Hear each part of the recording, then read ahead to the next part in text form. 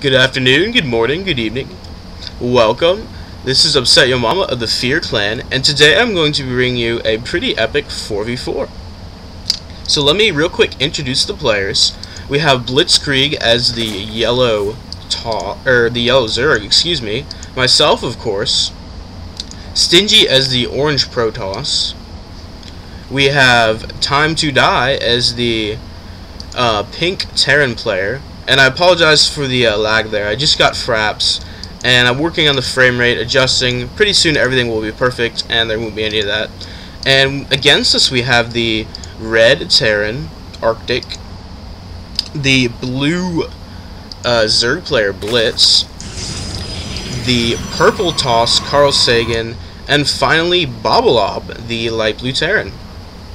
So you might have seen me talking down here, and I said, let's go an early timing push, and I'm going to go roaches. And the reason I say this is because I find that a lot of times 4v4s kind of just degenerate into a massive rush brawl in the beginning, and that if you don't expressly tell your allies to get units, and the opponents try to do this, then they will come in and just kind of like wipe out one side. It becomes a 2v4. So even with the tech, then you really can't do much to win. So I like to suggest to my allies to get a bunch of units. And just to let you guys know about the skill set of this match, I am on the platinum ladder in terms of 4v4 random. So just that's an idea of kind of like the skill set of this match and what the players should be able to accomplish. So I do really like the placement of Blitzkrieg's Overlord over here. He will see anything coming, any air units coming out of their base, so that's great. And so if they do go, say, early voids or some such, he will see them on the way to his base. And meanwhile, Blitzkrieg is going to move out with a pair of early Zerglings. And these Zerglings are just going to gambol across the map. And it'll be interesting to see what kind of damage they can inflict. Meanwhile, it looks like our opponents are going fairly standard builds. Perhaps, yeah, there he does have some Zerglings.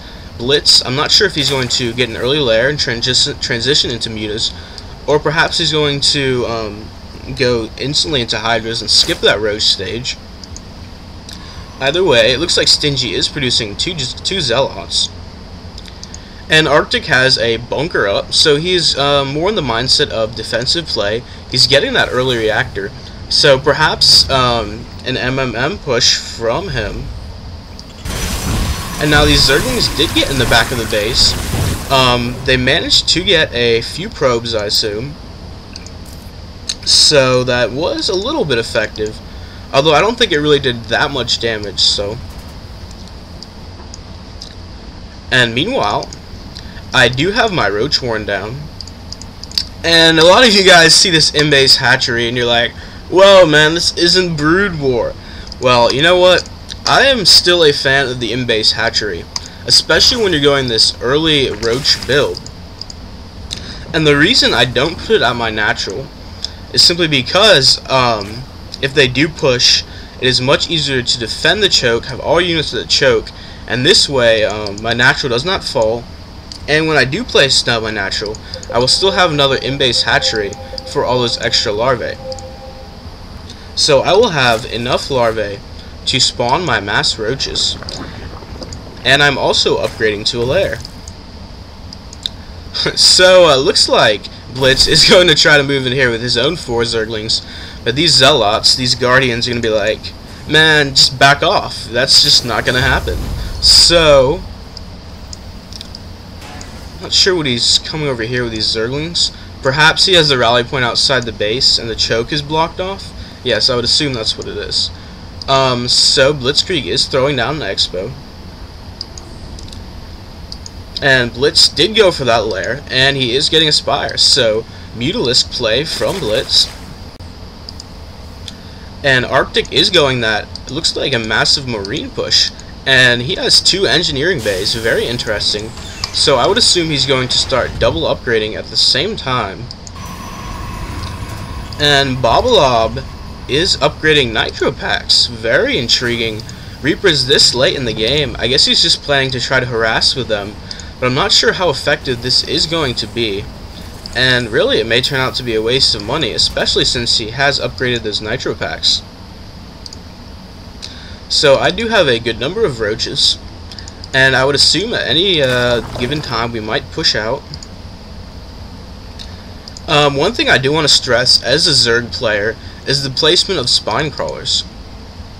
A lot of people will place them inside the mineral line itself, which I do not like to do because then the drones have to kind of go around it, and it decreases mining, however slight, just by a little bit. And the way I have it here, if it is a melee unit, let's say Zerglings or Zealots come, the only way that they can attack the spine crawler is by coming in the back here along the mineral line, and then only like 2, maybe 3 at the most can attack it. And they can't come in this way because of the spawning pool, and they can't attack from the back of the spine crawler because the map ends there. So, I mean, you really want to work on the placement of your spine crawlers and find like the perfect placement that the least number of units can attack it.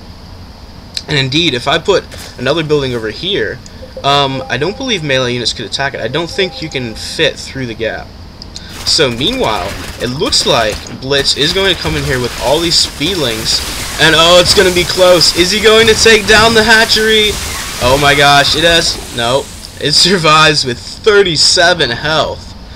Oh, that was so close. And like I said, that's the reason why I didn't go for that expo that quick. And I would assume perhaps that he's going to come back and try to finish this hatchery off. We both do have our creep tumors moving out at an equal pace, and the creep tumor is very important, especially because both of us in this base are Zerg players.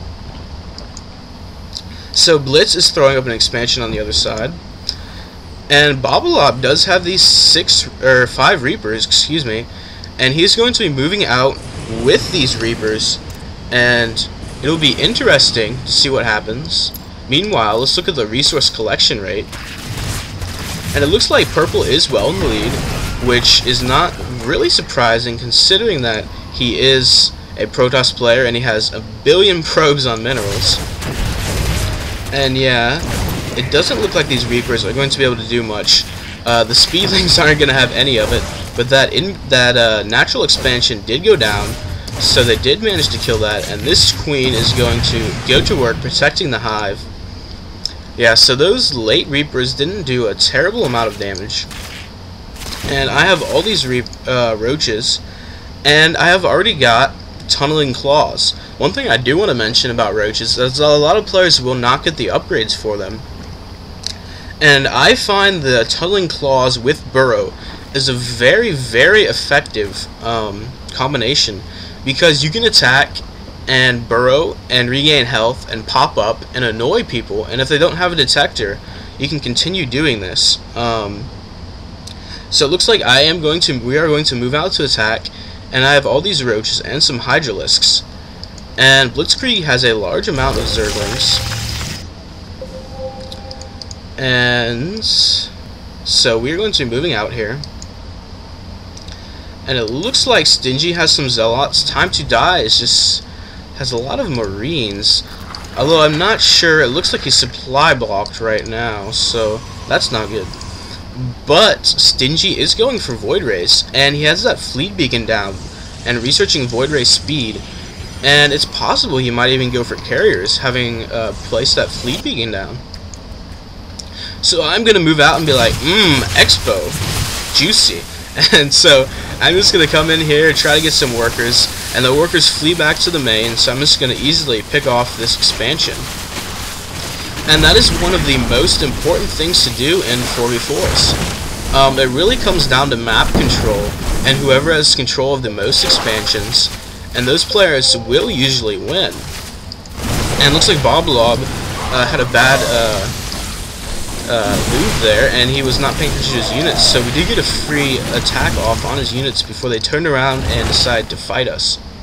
So you see, I'm just burrowing my roaches, regaining health before I move into the next attack.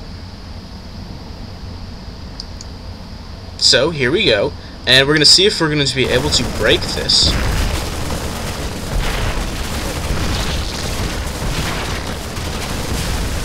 And it looks like we are going to have to back out. Yeah, so I burrow my units and move away.